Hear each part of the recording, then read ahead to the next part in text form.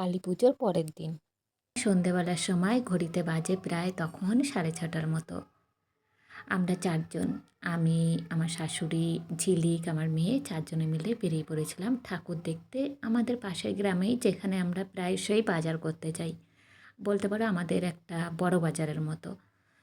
বর্ধমান ছাড়া আমরা এই বাজারটাই বেশি প্রেফার করি বাজার করতে। তো সেখানেই প্রতি বছরই এখানে কালী পুজো হয়, দুর্গা পুজো হয়। বেশিরভাগ সময় কিন্তু আমরা এসব জায়গায় পুজো দেখতে আসি। তো সেখানের উদ্দেশ্যেই বেরিয়ে পড়লাম পুজো দেখতে। দেখতে দেখতে কিন্তু মণ্ডপও ঢুকে পড়লাম। মাঝখানে একটু কাজ ছিল, যেহেতু গতকালকে পরের দিনে ভাইফোঁটা আছে, তো ভাইফোঁটার জন্য কিছু বাজার করার প্রয়োজন ছিল আমার আর মায়ের। তো সেগুলোও সারলাম বাজারের মধ্যে থেকে। তারপরে চলে আসলাম পুজো মণ্ডপে। এসে মণ্ডপটা একটু ঘুরে দেখলাম, চারিদিকে মায়ের মূর্তিটা দেখলাম, প্রণাম সারলাম, মানুষজনকে দেখলাম, কে কেমন সেজেছে সবই দেখলাম। এদিকে পাশে একটা অনুষ্ঠান হচ্ছে, ছোট্টখাটো ফাংশন হচ্ছে, সেখানে বাচ্চারা অনুষ্ঠান করছে, সেখানে দাঁড়িয়ে একটু দেখছিলাম। আর এই মন্দিরটা মনে হলো আমার কাছে যে গোপালের মন্দিরের মতো করেছে। ওই কী বলে যে মন্দিরটার নাম? মা বলল যে মনে হলো বৃন্দাবনের মতো করেছে। আমার কাছে আবার মনে হলো নবদ্বীপের মতো করেছে। আমি না ঠিক বুঝতে পারলাম না।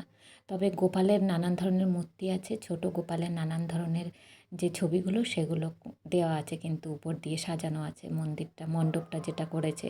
সেই কারণে বললাম, আমার মনে হলো যেটা সেটা বললাম। জানি না, এখন ভুল ত্রুটি হয়ে থাকতেই পারে।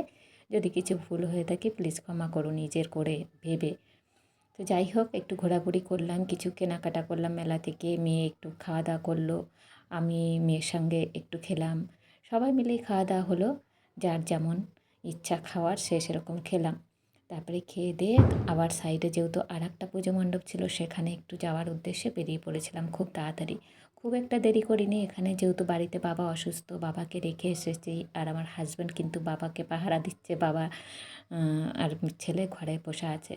ওইদিকে তাড়াহুড়োটা ওই জন্যেই, আবার ঘরে যেয়ে রান্না সারতে হবে। যদিও আমার হাজব্যান্ড বলেছিল আমি রান্না সেরে নেবো, তোমাকে এসে আর করতে হবে না। তবুও বাবা যেহেতু অসুস্থ, ফেলে রেখে এসেছি বাবাকে, তো তাড়াতাড়ি ঘুরে যেতে হবে। বেশিক্ষণ টাইম স্পেন্ড করিনি,